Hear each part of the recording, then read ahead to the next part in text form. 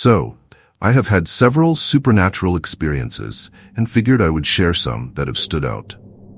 I worked as an officer at a prison, and although I have moved on to a new facility, I have been an officer for the past 12 years. One of the major skills I have learned is how to retain and recall details, which helps recount events I witness.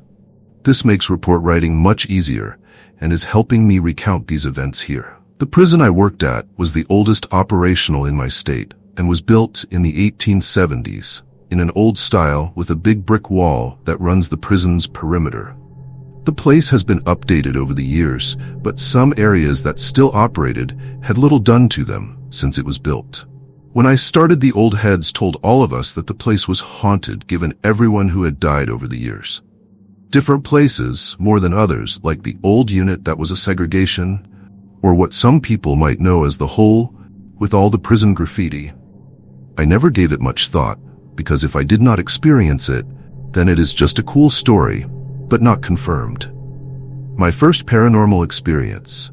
I worked there for 8 months when I first saw something strange. I was working overtime at night on what's called a one-on-one, where you have to watch a prisoner who is feeling suicidal and make sure he doesn't kill himself. It meant that I needed to stay up all night and check to make sure the prisoner was breathing every 15 minutes. And I had a partner who walked by every 28 minutes, so I knew I was awake. It was about 2 a.m., and I had just used my flashlight to illuminate the cell of the prisoner I was watching and confirmed that he was breathing. I looked down to mark the check on my clipboard, and I saw movement out of the corner of my eyes. My partner had just done his round 15 minutes prior, and all the prisoners were supposed to be locked in their cells, so there shouldn't be any movement down there. I turn and see someone doing a round on the housing unit, but he isn't right. This guy is wearing a blue uniform with a Breton cap, shiny black leather belt, and has a baton in his hand. The problem is that these uniforms haven't been used by my department since the 1950s. And our uniforms are not blue, they are gray and modern, whereas this one was old. I watched this guy walk down the unit for maybe 5 seconds, and then I shook my head and slapped my face to make sure I was awake. When I looked back, nobody was there. My second paranormal experience. This one happened roughly 2 years later during my normal shift. The central building of the prison I worked in is a big room called a rotunda.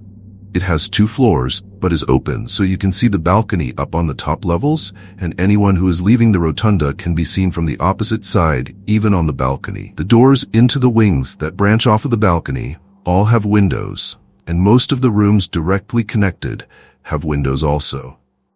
It was maybe 9 p.m., and I was going to the rotunda to complete some paperwork with a coworker for my sergeant, which is common. As we were opening the open-barred gate to go into the rotunda, I looked up and noticed that the administrative wing lights appeared to be dimmed through the window in the door. I commented to my coworker that we would need to report that a light was out in the administrative wing. It was then, as we were both looking at the window, that we observed something move in the window, and we realized that this was not a light malfunction. A shadow person was standing in front of the window. While we were watching, this shadow moved to its left through a solid wall into another room. We saw its silhouette through the window of that room. We just looked at each other and kept going. My third experience. I was about 3 years in as an officer by the point this one happened. I was working the 3rd shift in the control center, which is where we use the cameras and security measures. In this case, it's important you know that when a phone is left off the hook, the phone rings into the control center so that we can address the issue. When the call rings through, you can pick up the phone and hear anything on the other end that may be being said in the area, which is important in case we are dealing with a staff assault or a hostage situation. So I am working as the electronic monitoring officer, which means the camera controls are my main responsibility along with the perimeter security. As I am working, the phone rings, and the institutional caller ID says post 1, which is odd because that post is not used because it is too small for a modern person to comfortably fit inside it.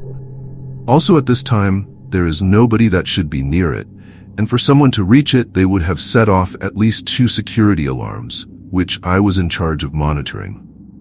Given the fact that the guy who was doing the perimeter checks was a bit of a prankster, I figured it was just him playing a prank and that he knew a way around the sensors. So, I answer the phone and all I hear is static, which is continuously increasing and decreasing in volume, like someone has an old television on a static-filled channel and is moving the volume up and down constantly. I hang up the phone and move the camera to look at the post. I can see directly inside, but there is no one there.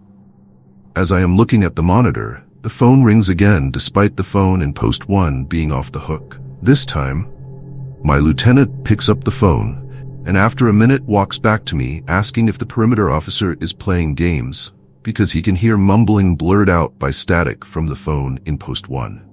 He sees that I have the camera pointed right at it and that there is no one there.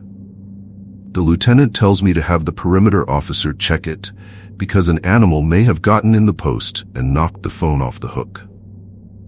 The officer took a while to get there, as he had been on the other side of the perimeter and he had to climb 5 flights of stairs to get there. During this time, the phone has continued to ring from post 1 until I can see the officer opening the door, at which point the phone stops ringing. The officer opens the door with his flashlight on and calls over the radio that there is no phone in the post. My lieutenant responds that there must be one because the calls keep coming through. In response, the officer holds up a disconnected phone line so that the camera can see it and says that it is the only thing in the post. This post has not been used since the early 80s. Like I said, it was too small of a space. The phone would still ring now and again on the 3rd shift until we updated our phone system to an internet-based system. 4th experience. I had been an officer for about 4 years at this point. I was working my regular shift as the electronic monitoring officer. I went on a restroom break, which means I had to leave my post and go about 100 yards away to the nearest restroom. As I am in the restroom, I distinctively hear the sound of boots clapping on the tile floor of the hallway that leads to this restroom among other rooms in that wing. As the sound gets closer to the restroom, I can hear the large Folger keys that are clinking together on their waist as they walk. When it sounded like they were right outside the door, I called out saying, "I will be out in a minute." And I didn't hear the sounds after I said that. Thinking someone was waiting outside, I hurried up and washed my hands, not taking more than a few minutes. I opened the door and there was no one there. The hallway has 3 entry doors, so I would have heard the hallway doors open and close. Plus, the hallway is really long, so they would have had a hard time getting out of the hallway noiselessly in the time between me calling to them and leaving the restroom. I returned to my post and asked my sergeant if he saw anyone go into the wing while I was down there. He said he didn't and asked why. Knowing that he was someone who believed in ghosts, given that he and I had talked about how he used to do independent paranormal investigations, I told him what happened. His face went slack and his eyes got large as he said, "Go check the video." I returned to my position and watched the video of that hallway, the hallway of the wing above that one, and the areas outside the wing. No one was in that area during that time, except for me, and there were no signs of camera footage distortion. 5th experience. I had been an officer for about 6 years and was working my regular shift. I was watching the medication lines after the dinner lines were done, and my sergeant was talking with me. Not like a management thing. We were friends and just wanted to have a conversation while ensuring that prisoners were not passing meds, fighting, or worse. The medical hallway I was watching is connected at one end to the rotunda and at the other end to one of the main housing blocks. Specifically, right next to our main segregation unit. As we were talking, we heard what sounded like muffled talking from a radio. Checking our radio, we realized that it was not us. We began searching the area around us. Given the location, there shouldn't be an unattended radio, so it was a security issue and of some concern. As we proceeded to search the area, we realized that the intercom system speaker for the segregation unit was making the sounds. This intercom, unlike a standard housing unit, is not used frequently, which is why we were surprised to find it transmitting sound. The sergeant points at it and says, "It must be broken. The switch is in the off position, and the activation light is off." I looked closely and got goosebumps as I made a shocking discovery saying, "Sarge, how is it doing that when it's not plugged in?" I held up the unplugged cord leading out of the intercom box and gave it a slight tug to show it was attached directly to the box. The sergeant's face went white, and he walked off shaking his head saying, "Nope, nope, nope.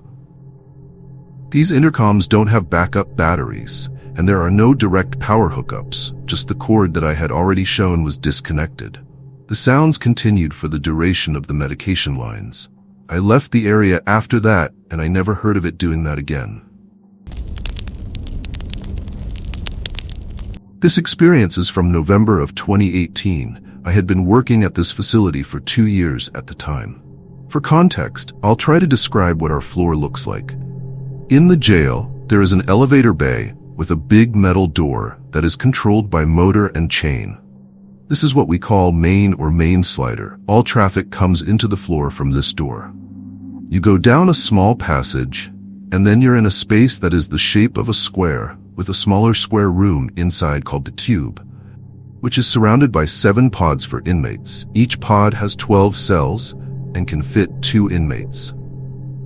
The cube is used for controlling doors and basically is an office space where paperwork can be filled out and where you can sit and watch the pods during your shift. I'm assigned night shift on a floor of non-violent inmates in general population. The typical inmates you would find on this floor would be drug users, dealers, petty theft, and the occasional drunkard. I was working this floor by myself, and the night was starting off as usual.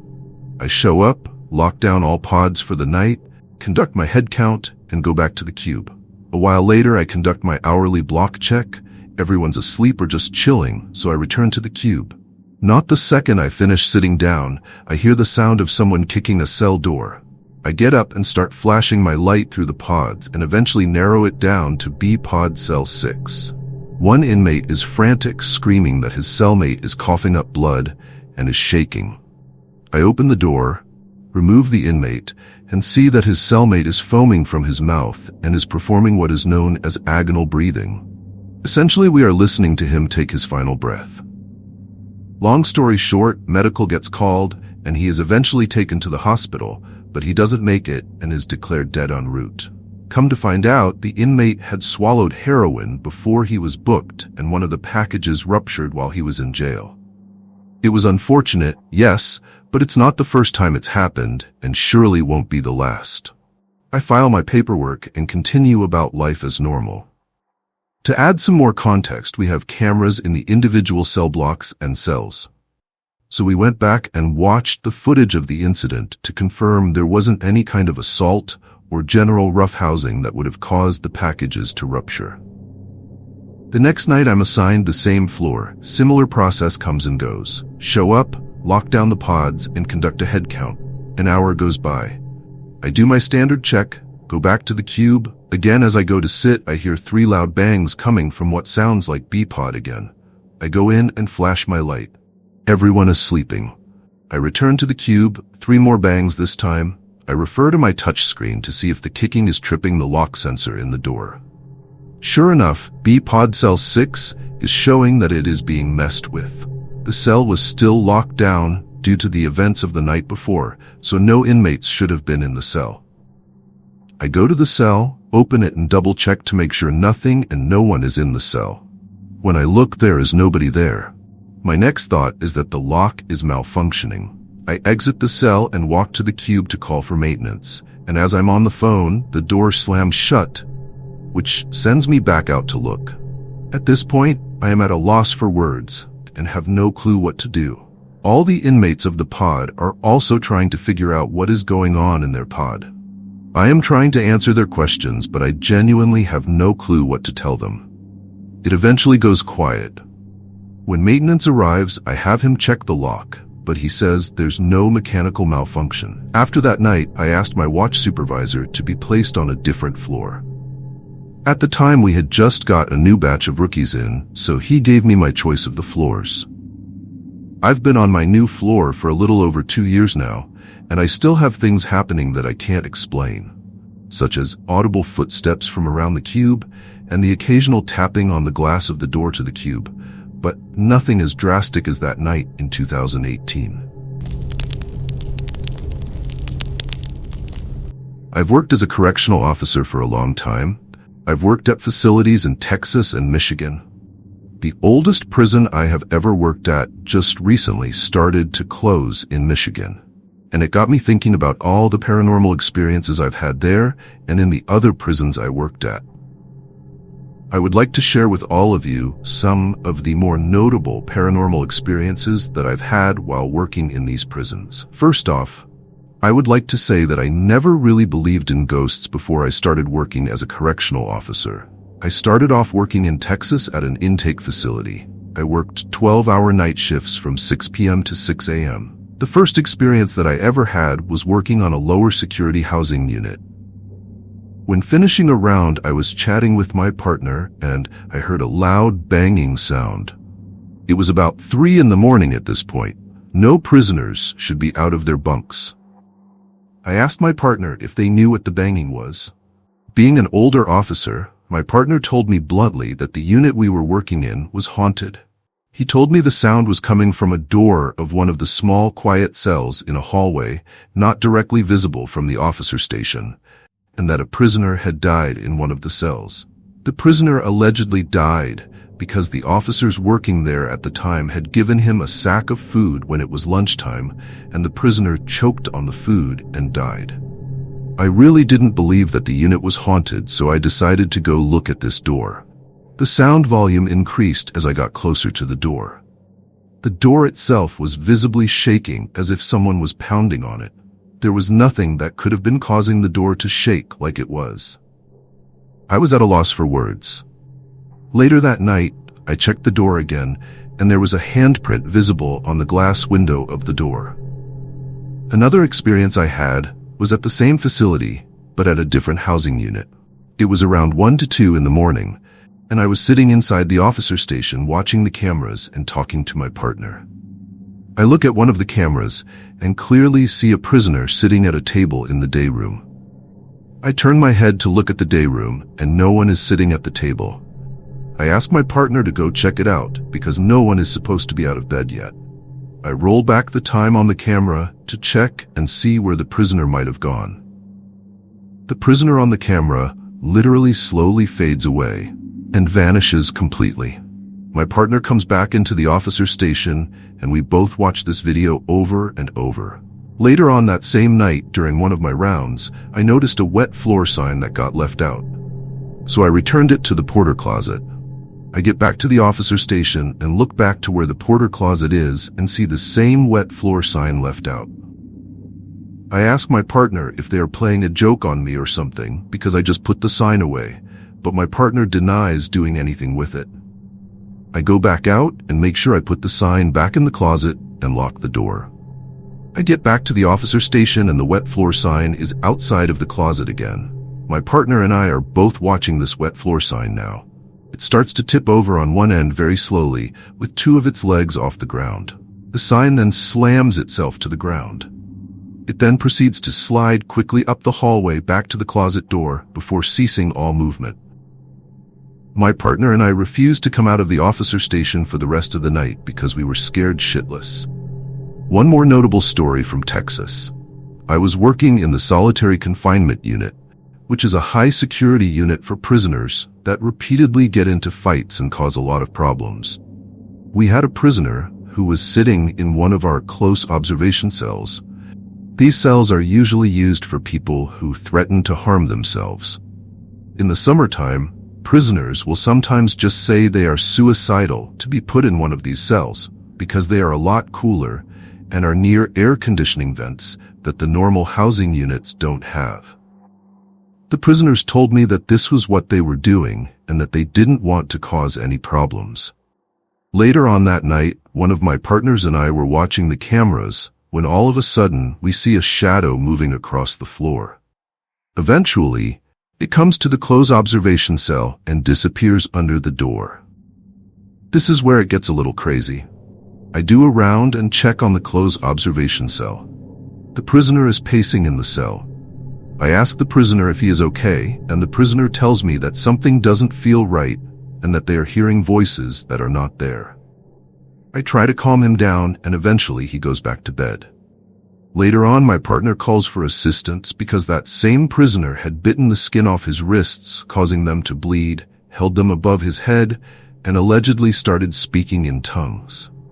When I started working at prisons in Michigan, I worked at a prison that's now closing. It was built back in 1877 and is one of the oldest prisons still operating in all of the United States. There were so many small experiences that I have had here. Doors would slam, you would hear voices, get cold chills. The first notable experience I had was around Christmas time on third shift. I was working the oldest unit in the facility. Usually, we don't have prisoners there, but we had opened the unit to separate prisoners during the COVID pandemic. I didn't have a partner due to how short-staffed we were, so one of the other officers set up a TV for me to keep me entertained because I would be really far away from all the other units and get bored with no one to talk to. I did rounds for most of the night, watching TV in between them. I suddenly hear a banging noise from a door that leads to a hallway that takes you all the way to an even older, unused, condemned part of the prison. I open the door and take a look down the hallway. A cold breeze hits me, and suddenly my arm hairs stand on end. I close the door thoroughly, creeped out. I go and sit down and start watching TV again. The television starts flipping through channels rapidly and then stops on static. I have to get moved to a different unit because I'm scared shitless. One day on third shift, my work friend and I were working positions that allowed us to have a lot of free time and no prisoners to watch. We decided to explore the prison. We explored the tunnels that went underneath the prison, the old barns, and the old unstaffed gun towers.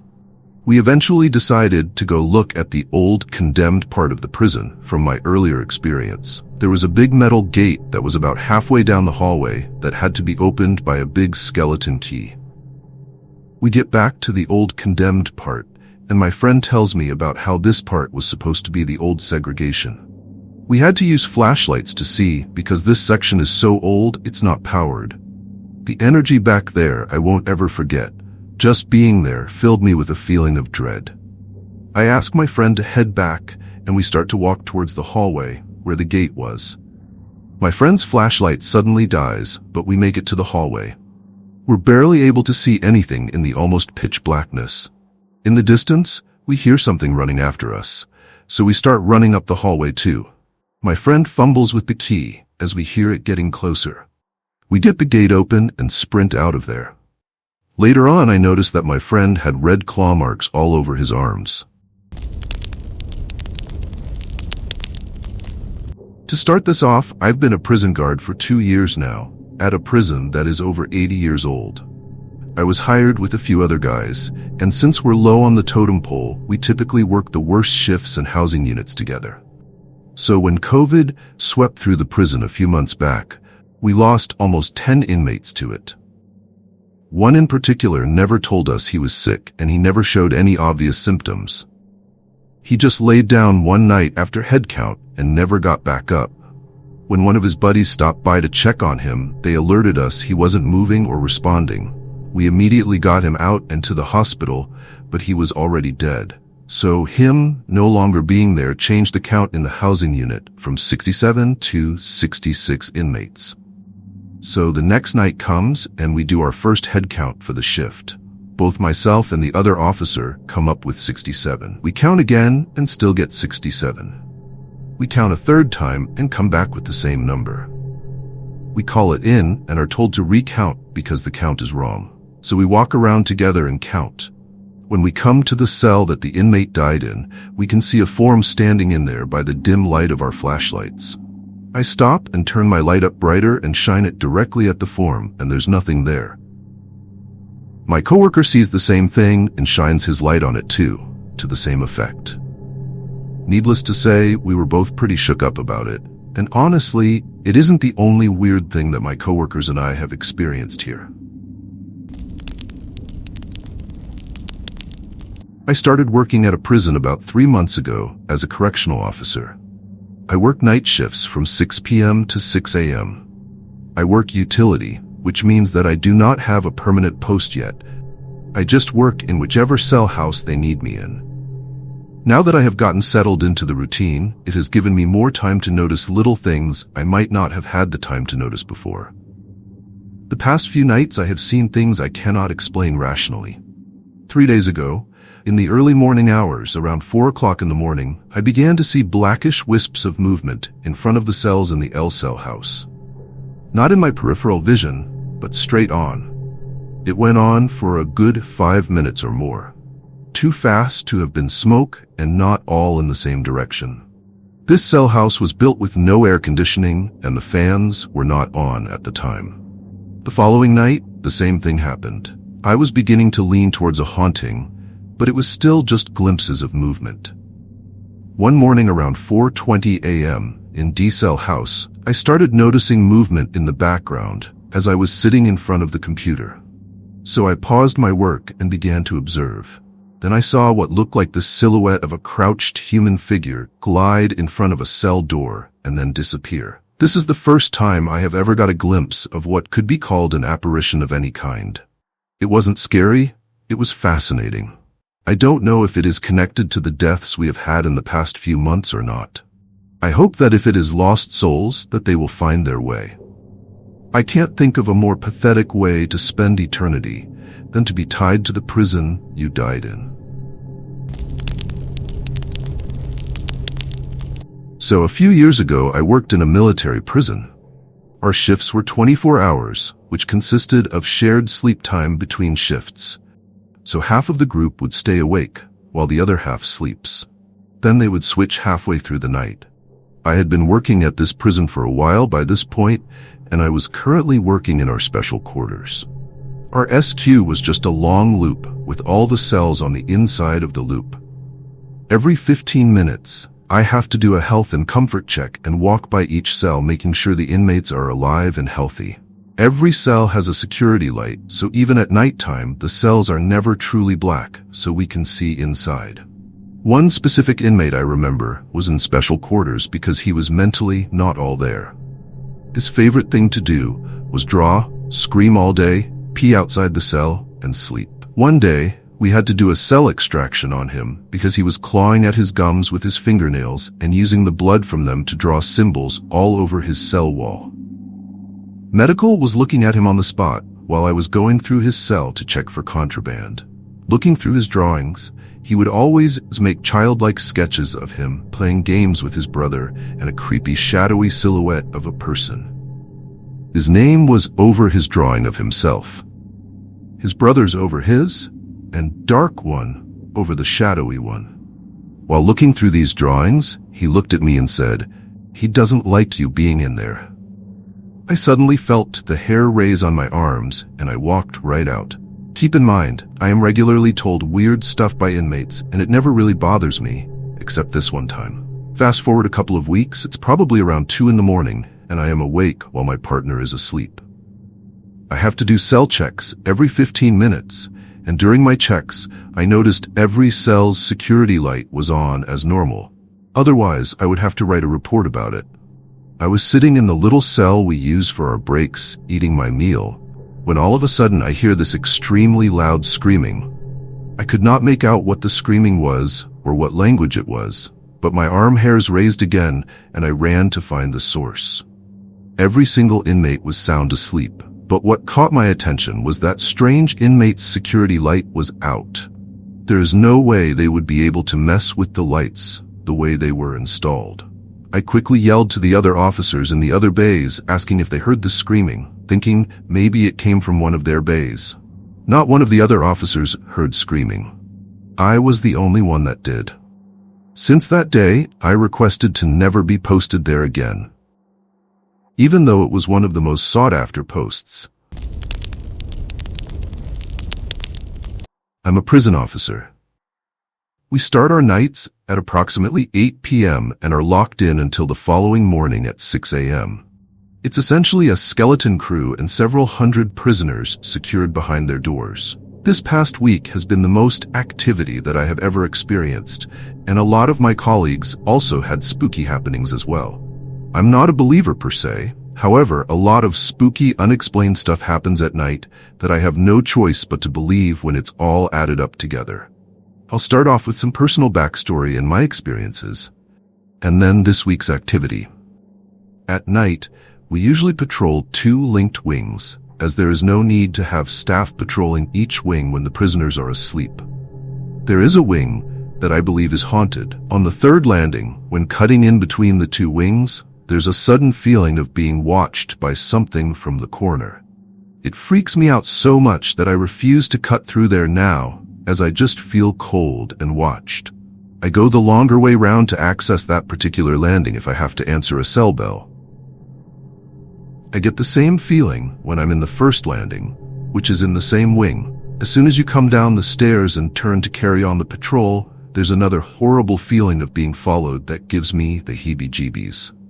I have had emergency cell bells, which are used by prisoners to alert staff to an emergency, go off on cells that are not occupied. Random doors slam when all the doors are locked, and I have seen movement on CCTV cameras when I'm on my own. I have also heard things. However, anyone who has either been in prison or worked in one will know they are noisy even at night. Fast forward to this week. Luckily, I was not stationed at this wing. Instead, I was a member of staff that walks around supporting patrolling staff. I spooked a patrol guard on a random wing as they didn't hear me, and I made a joke asking if he thought I was a ghost. We got talking about ghosts and stuff, and naturally, the subject of this wing came up. My face must have said it all because he said, "I guess you felt it too. Let me guess, it was the 3rd landing as you cut through and the 1st landing as you come off the stairs." I thought it was kind of creepy that someone else had felt the same thing, but I was also a little bit relieved that it wasn't just me who felt it. I carried on with my rounds and started chatting with people. Eventually, I started talking to others about the jump scare I just gave the patrol guard in our chat. It turns out that a lot of people who work in prisons believe in ghosts after working night shifts. One of the patrols told me that they almost called me to sit with them because they heard a loud bang that sounded like a cell door slamming shut. They went and investigated, but there was nothing. They had just sat back down when it happened again. This obviously spooked them. We began talking about how it was strange that when we started speaking about ghosts, weird things started to happen. He then had his own story about the wing I think is haunted, where one of the metal security gates slammed shut behind him on the 3rd landing as he was cutting through one night. Now, having worked on this wing, that gate doesn't move on its own as it's heavy, let alone slam behind anyone. We have a laugh about being scared of shadows, and then I carry on with visiting the next guard. To access them, I have to go through a wooden door and a metal gate. It's pitch black, and I don't have my torch. So I open the wooden door, and then the metal gate, and step inside to look for the light switch so I can see and lock the door and gate behind me. As I'm doing this, the wooden door slams shut directly behind me with a huge force. I jumped. It wasn't a windy night, and we are indoors, so no breeze or anything. Let me tell you, I have never shut a door and gate so fast in my life. I knew I had to get the hell up out of there. For the rest of the night, I spend my rounds talking about the ghosts in our prison and hearing everyone's stories. What was interesting is that everyone I spoke to talked about a haunted wing and mentioned either the 3rd landing or the 1st landing, where they felt like they were being watched. By this point, I had spoken to 6 staff members, and all of them said the same thing. That's too much of a coincidence for me. I finally go to the haunted wing, and I'm talking to the patrol guard who has all the lights on, which makes me assume that he has felt something here too. As we're talking, I swear I see someone moving on the cameras on the 1st landing towards the office just before they move out of camera shot. When I go to check, nothing is there and nothing is on the playback. I work in a county jail comprised of 2 buildings, one referred to as the new jail and the other the old jail. Both my coworkers and I have had numerous creepy experiences. One experience I had that made my heart rate go up was when I went to the bathroom in the chapel located in the old jail. It is important to know that the chapel is considered one of the top 3 most haunted places in the old jail. So I was in the bathroom doing my business. Mind you, the chapel is secure, and you need big, loud old keys to get in, and if someone turns the key in the lock, you will hear it 3 rooms over. So I knew for a fact that nobody was in the bathroom but me. As I am getting ready to depart the bathroom, I hear what I believe to be someone either running their hands all over the wooden door or the sound of someone having their face to the crack of the door and breathing heavily. I nearly called for help over my radio. I didn't know what to do. Others have felt cold chills in the old housing unit that's on the ground floor, and others have seen faces in the holding cells in the old infirmary that's now closed. One of my favorite creepy stories my coworkers told me was that the suicide watch cells were still in use in the old infirmary, and they had multiple reports of inmates trying to beat the doors down because they would see shadow men in the cells with them, even though they were in there by themselves. But other than that, I've heard knocking on windows in the middle of the night when no one is there. I have heard plastic cups falling on the ground with no one in the room and no items present. I have also heard showers turn on by themselves and the sound of inmates being loud and carrying on when nobody was being housed on that floor. Warning: this story has mentions of suicide. If this is a sensitive topic for you, please skip to the next story. After I graduated last May, I decided to take up a job at my local jail. Nothing long-term, just figured I would work a year and save up some cash before college. Flash forward a little bit, and I'm only a few weeks into training. I've always liked the idea that ghosts existed, but at that point, I really couldn't say I ever actually saw one. However, that all changed while working at my post one night. The time was a little after 5 a.m., and I was sitting behind my desk absolutely bored to tears. So being a good little deputy, I was spinning around in my chair, honestly trying not to fall asleep. This was hour 11 of a 12-hour shift, so I'm just killing time before I get to go home. Now to give you a little visual of where I am, I'm in a big giant room with a bunch of cells. At one end of the room is the officer's desk, with big windows behind it. These windows are super reflective, so officers can look into the pod from the hallway, but inmates can't look out into the hallway from inside the pod. At the other end of this pod are all the cells. This particular pod has some cells that were behind a second pane of glass. Still with me? Because this is important, I promise. Anyways, I'm spinning around in my chair at my desk and happen to glance up at the reflective windows behind the desk. As I do, some movement catches my eye upstairs. There is someone walking around upstairs out of their cell but behind the glass.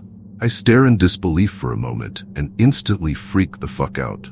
I'm thinking somewhere along the lines of, holy fucking shit, who the hell is out of their cell at this hour? Oh man, my ass is fucking grass. I quickly turn around and see no one up there. I scramble and check the monitor that gives me control of the cell doors and make sure all of them are locked, which they are. I even go up there myself and make sure everything is as secure as can be. Somewhere in the middle of me making sure I'm not about to get fired, it dawned on me. That was a motherfucking ghost. There was no mistaking it. I 1000% saw someone up there. Now I don't mean I saw a quick little shadow or a suspicious-looking speckle of dust. No, I was distinctly looking at someone in an orange jumpsuit walking around up there. I could tell you this guy's haircut, his height, general build, and even what kind of beard he had. To be honest, I was totally banking on this happening at some point. I mean, from my first day, I could tell the place was super haunted. So, I immediately get my corporal on the phone and tell her excitedly that I saw a ghost. But things don't end there. After that, I was bragging to anyone and everyone about my little encounter with some mixed reactions. My sergeant says he doesn't believe in ghosts. But some deputies told me they've definitely seen some paranormal stuff on duty too. However, it's what the sergeant on day shift shared that has really stuck with me. He told me that they had an inmate commit suicide in that same pod a few years prior. I had already been told that by a few people who had been there a while. I gave a description of the guy I saw, and we decided to look up the inmate just to see if they looked the same. It was him. It was definitely the guy I saw walking around upstairs. right down to his skinny face and the billy goat beard. There was no mistaking it. I've talked to some inmates about it, and I've had more than one tell me that sometimes they can see or hear someone walk by their cells and peeking in at the late hours of the night. It can't be a correctional officer they're talking about, because they're always wearing an orange jumpsuit. Well, that's my spooky experience. I hope you found this interesting. I'm a 24-year-old prison guard at a federal correctional facility somewhere in North America. I usually work night shifts, and I've adjusted quite well. I maintain a healthy routine, I diet and exercise regularly, and routinely get 7+ hours of sleep during the day, to give you a picture of my mental health. Also, I have experienced some strange paranormal things in my life before, but I remain skeptical. One night a little while ago, I was working in the maximum security unit of our correctional facility. It was relatively early in the morning, and my partner had got up to do their own thing for a while before our obligations. Seeing as this is pretty normal, I threw my feet up on the desk of the control post and began reading my book to kill some time. The way I was facing, I could see the monitors over my book, so in case something happens, I can see it.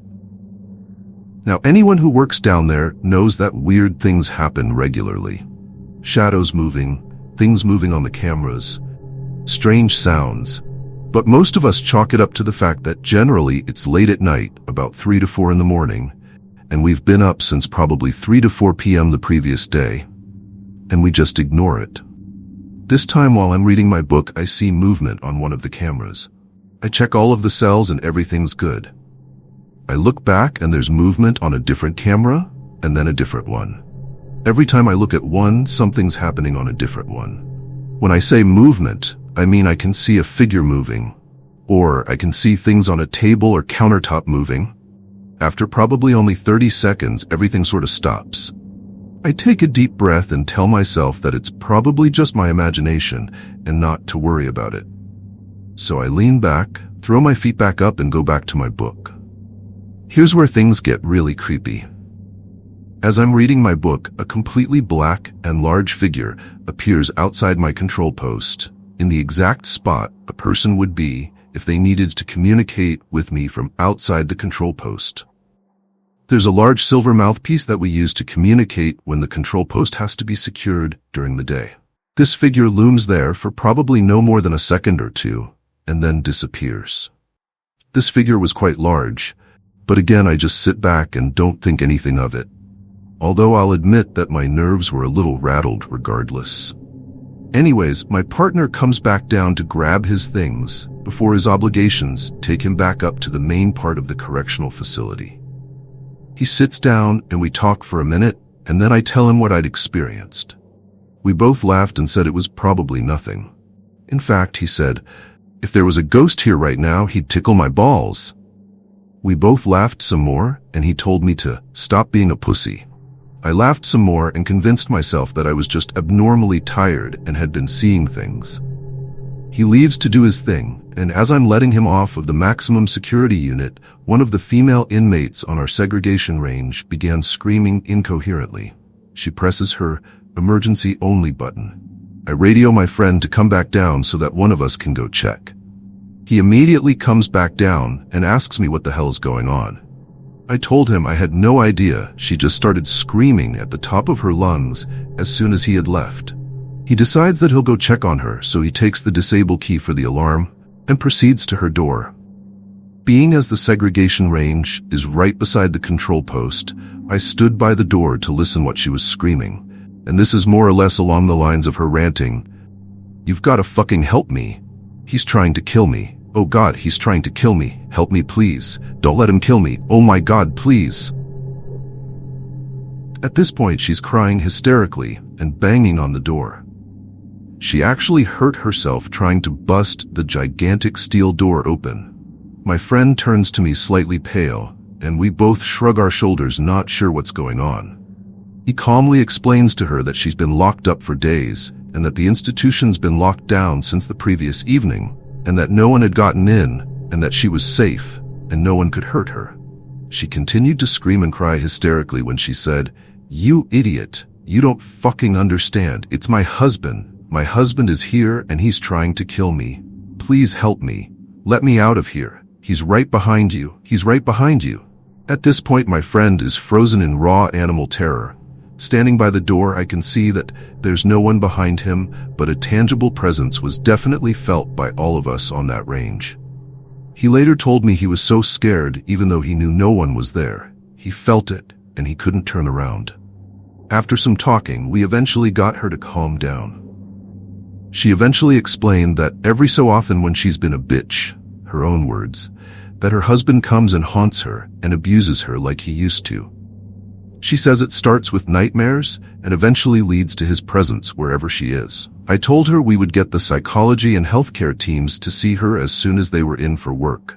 She begged me to see if they were in now, and I agreed to call, but told her I couldn't promise anything. I phone healthcare, and naturally, no one picks up, so I hang up before the answering machine kicks in. She eventually goes back to sleep. My friend goes on with his business, and I'm stuck alone in the control post for the next 30 minutes. Nothing else happened while I was there, and I was thankful for that. I told my coworkers who had come in for the day shift what had happened, and no one really believed me. But they could see that I was legitimately shaken up by it. Plus, they knew that I wasn't the kind of person who would lie or make up a story of this kind. I finally get relieved of my duties and head home for an unsettling sleep. Now, the next two details are going to sound made up, kind of like the cherry on top, but I assure you they happened. Firstly, my friend does some research on this particular person, and it turns out that she had previously killed her husband as he was violent and abusive. He was approximately 6'7" and about 275 pounds. The creepiest thing about this was that this description matches the shape of the black figure I'd seen outside of the control post. Second, I guess right after I had left about the time that the rest of the institution staff came in for their shifts, my coworkers got a call from healthcare who sounded a little strange. They asked if anyone had called and left a message. My coworkers told them that I had called about an hour and a half before anyone got there, but hung up without leaving a message. They said that was extremely strange because they got a message at about 5:30 a.m. when I called, and all they could hear were two people screaming. Super spooky. Truthfully, my eyes watered the entire time I was recounting this story, going over the details in my head. Despite being skeptical, I'm almost certain I saw her deceased husband. So weird. A few weeks ago, when I decided to go on a tour of the old Charleston jail in Charleston, South Carolina, I had an experience I cannot explain. I'm a 23-year-old female nanny and had the opportunity to accompany my employers on a trip. The evenings were my own to explore, and despite being a little nervous because I never really travel alone, I decided to be adventurous. Barely 15 minutes into the tour guide tells us the infamous story of Lavinia, the demented innkeeper woman that trapped, robbed, and killed men. She was subsequently hung at the jail in her wedding dress and still exists as a vengeful spirit on the grounds who is known to scratch people.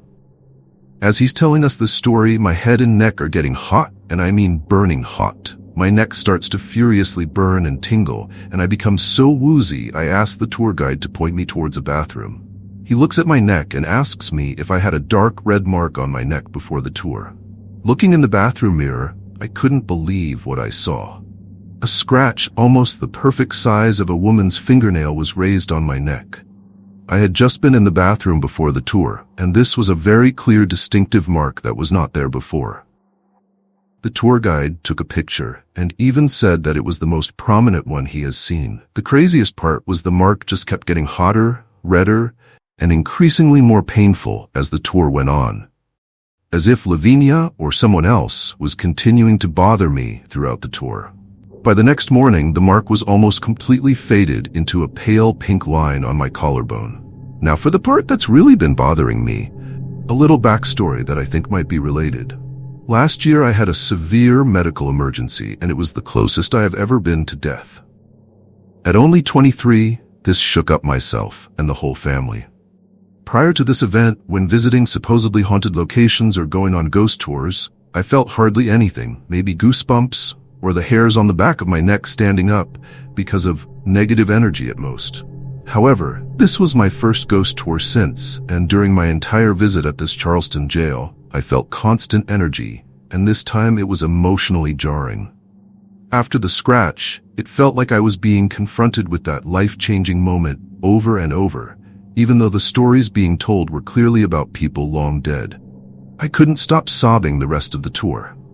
I felt and looked like a crazy person to everyone else. It felt like I had entered the jail, exhaled, and let a wall down between me and something that was able to emotionally stir me. The tour guide said I may have been an appealing target to the spirits as a young woman traveling the city alone, but I am convinced that this medical crisis I experienced may have something to do with the sudden immense feeling of paranormal energy. I am still a skeptic and have already tried debunking this in my mind. I thought it was my purse strap, but then realized it was draped over the opposite side of my body. It's not possible it's a hickey, as friends have joked. I've considered hives, but I've never had a rash or anything like that just suddenly occur in my life, and with such convenient timing.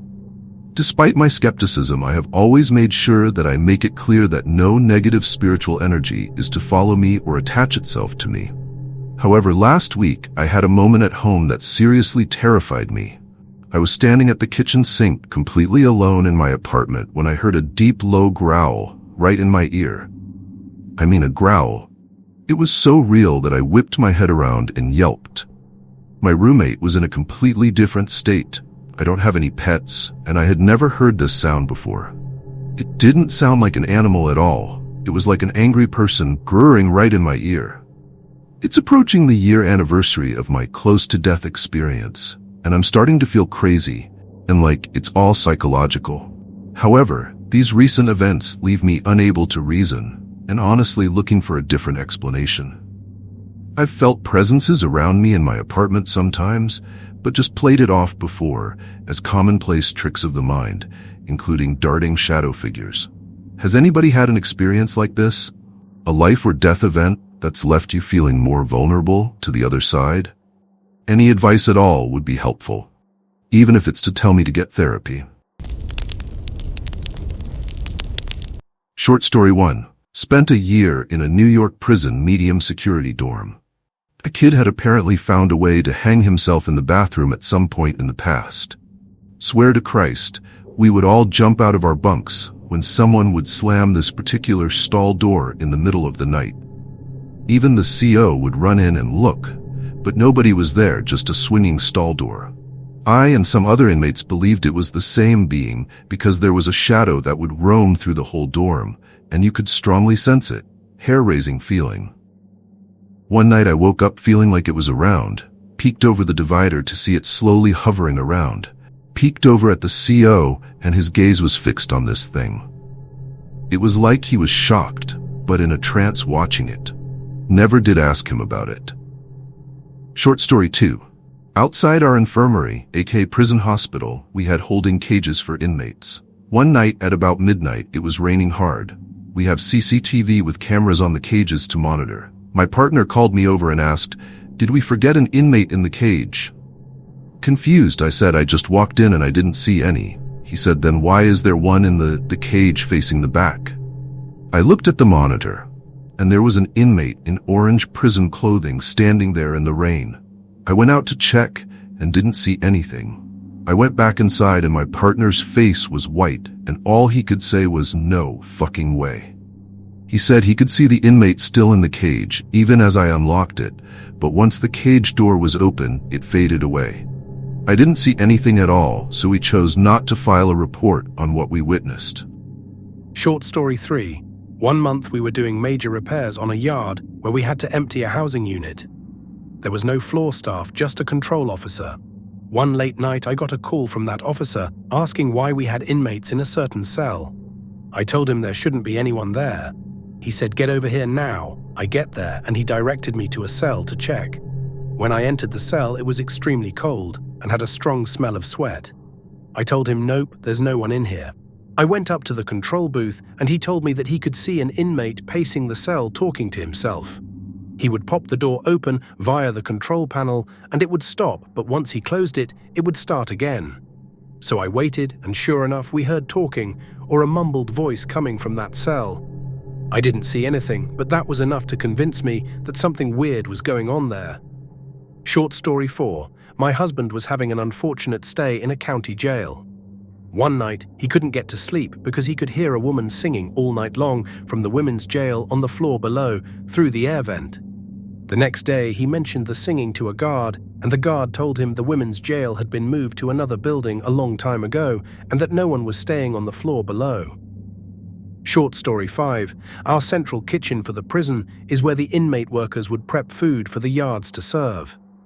The kitchen was always busy during the day and quiet at night.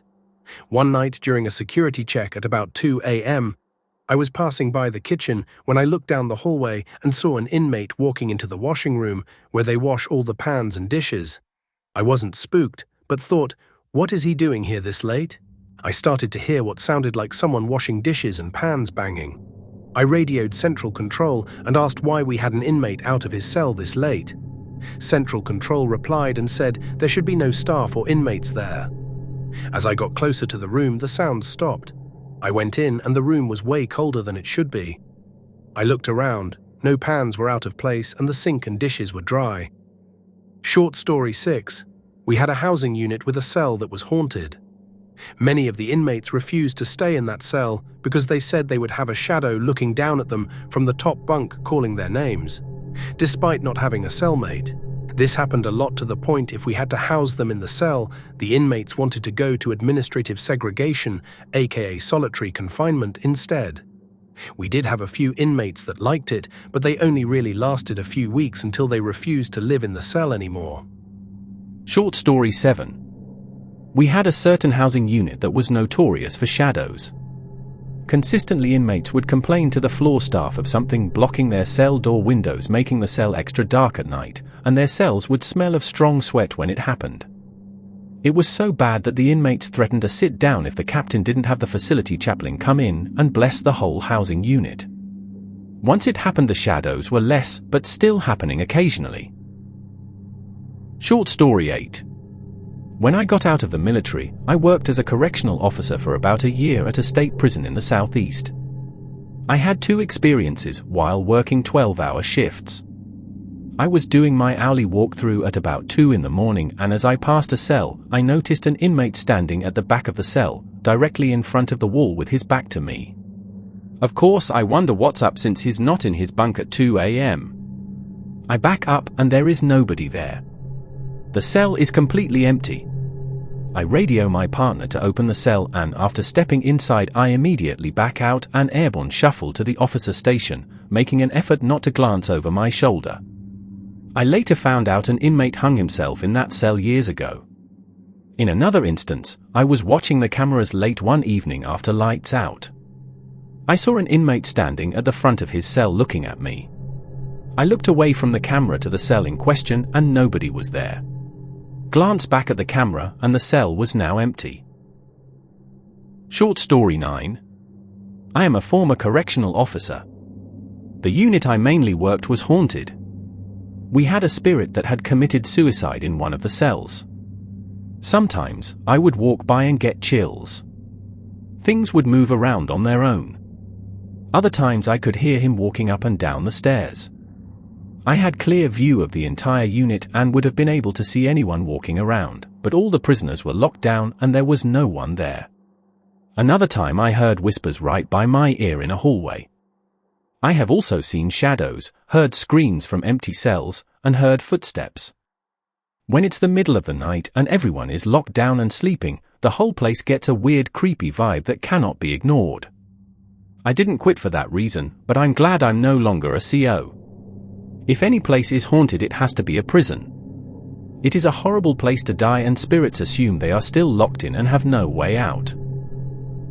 Short story 10. Not a correctional officer, but when I did my time I had crazy things happen that still give me chills to this day. I was a bad apple in my younger years, which landed me in jail and eventually prison. Thankfully I have gotten wiser and more law-abiding since. During my times of incarceration I had these particular dreams, which always involved this same kid who was always possessed by the end, and the weird part is I was always fully aware in my dream. Like awake, and aware but still in the dream nonetheless, and this same kid knew I was aware and would talk to me about the most hair-crawling things, and enjoyed the fact it was terrifying me and making me feel like all hope was lost. It was so vivid and real and literally felt like it was more than a nightmare. At times towards the end I would wake up but could not move, scream, or open my eyes. I was aware and what felt like fully awake through this whole process, from the dream to the conversations and paralysis. I finally broke down and told my cellmate. He told me that I need to read my Bible and pray, and if that doesn't work then you're screwed. So I did, because at that point I was terrified to even sleep. It was bad, and being raised a Southern Baptist this seemed like a very logical step. It was only after I prayed and put the Bible under my pillow did the nightmares and paralysis stop. I eventually stopped praying and putting my Bible under my pillow thinking everything was fine, but I was wrong. It came back stronger and harder than before, angry almost it seemed. The rest of my incarceration I rarely missed a night of prayer or having my Bible close by while I slept. I don't have any clue what it was or have any explanation for why it happened only during my incarceration, but I do know what made it stop and possibly save me from going insane.